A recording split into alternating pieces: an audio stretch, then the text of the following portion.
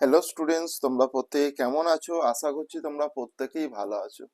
তো আজকে যেটা তোমাদের আলোচনার বিষয় সেটা হলো তৃতীয় শ্রেণীর যে গণিত বিষয়টি রয়েছে, সেই তৃতীয় শ্রেণীর গণিত বিষয়ের 7 নাম্বার পেজের অঙ্কগুলো করাবো। চলো প্রত্যেকে দেখে নাও তাহলে।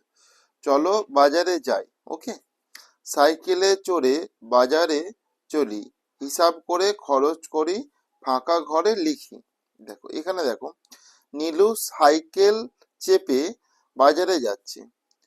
পথে দেখলো রমজান আর মিতাও সাইকেলে চেপে বাজারে যাচ্ছে। ওকে। প্রতি সাইকেলে ড্যাশটি চাকা, কটি চাকা? প্রতি সাইকেলে দুটি চাকা, তোমরা সেটা প্রত্যেকে জানো, এই জন্য 2 লিখে দিলাম। ওকে। 3টি সাইকেলে মোট তাহলে কটা চাকা হবে? দেখো একটা সাইকেলে যদি দুটো চাকা হয় তাহলে 3টে সাইকেলে কটা চাকা হবে? 3 2 6, সেই জন্য 6টি চাকা। ওকে। এরপরে দেখো, বাজারে তারা তরমুজের দোকানের পাশ দিয়ে গেল। দোকানে 4টি ঝুড়ি দেখলো, প্রত্যেক ঝুড়িতে 6টি, দেখো 6টি করে তরমুজ আছে। রমজান বলল মোট 4 গুণিতক 6টি সমান 4 6 24টি তরমুজ আছে। এবার তারা ফোন বুথে গেল। মিতা 2টি ফোন করলো, নীলু একটা ও রমজান একটা ফোন করলো। তারা মোট ড্যাশটা ফোন করলো। দেখো, মিতা 2টো করলো, নীলু একটা করলো ও রমজান একটা একটা করলো, তাহলে মোট 4টি ফোন করলো। দেখো, প্রতি ফোনের জন্য 2 টাকা দিতে হলো, তাহলে প্রতি ফোনের জন্য কত টাকা দিতে হলো বলেছে এখানে? 2 টাকা। দেখো, তাহলে মোট 4টি ফোন হয়েছে, তাহলে 4 গুণিতক 2 টাকা, তাহলে 4 2 কত? 8 টাকা দিতে হলো। তাহলে তাদেরকে মোট কত টাকা দিতে হলো? 8 টাকা দিতে হলো। বিষয়টা মাথায় রাখবে। শেষে একদম সমস্ত কিছুর টোটাল তোমাকে কত খরচ হয়েছে সেটা জানাতে হবে। টোটাল খরচে তাহলে আপাতত এটা হয়েছে এখানে। ওকে, ক্লিয়ার? দেখো, এরপরে দেখো ভালো করে, নীলু, তারপর নীলু 4 আঁটি শাক কিনলো। 1 আঁটি শাকের দাম 5 টাকা, তাহলে নীলু মোট, তাহলে দেখো 5 গুণিতক 4 টাকা, তাহলে 4 5 কত? 20 টাকার শাক কিনলো। এরপরে দেখো, রমজান এবার 2টি গন্ধরাজ লেবু আর একটা বেল কিনলো। একটা লেবুর দাম 4 টাকা, তাহলে 2টি লেবুর দাম কত?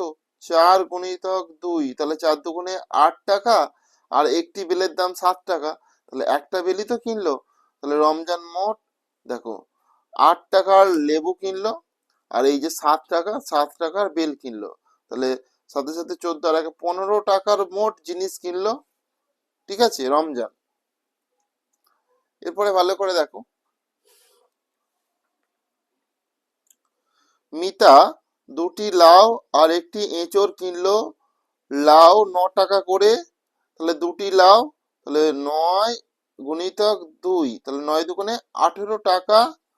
মিতা একটা এঁচড়ের দাম দিল 17 টাকা, তাহলে মিতা মোট 18 যুক্ত 17, তার মানে 35 টাকা। তো আমরা এইগুলোকে যোগ করবে, দেখো 18 আর 17 যোগ করলে 35 টাকা হয়।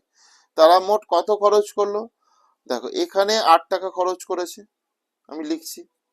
এরপরে দেখো এই 20 টাকাটাও খরচ করেছে। এরপরে দেখো এই 15 টাকাটা মোট খরচ করেছে। আচ্ছা, এই 35 টাকাটা মোট খরচ করেছে, তাহলে কত টাকা হচ্ছে দেখে নি। 5 5 10 আর 8 18, 8 হাতে থাকে 1,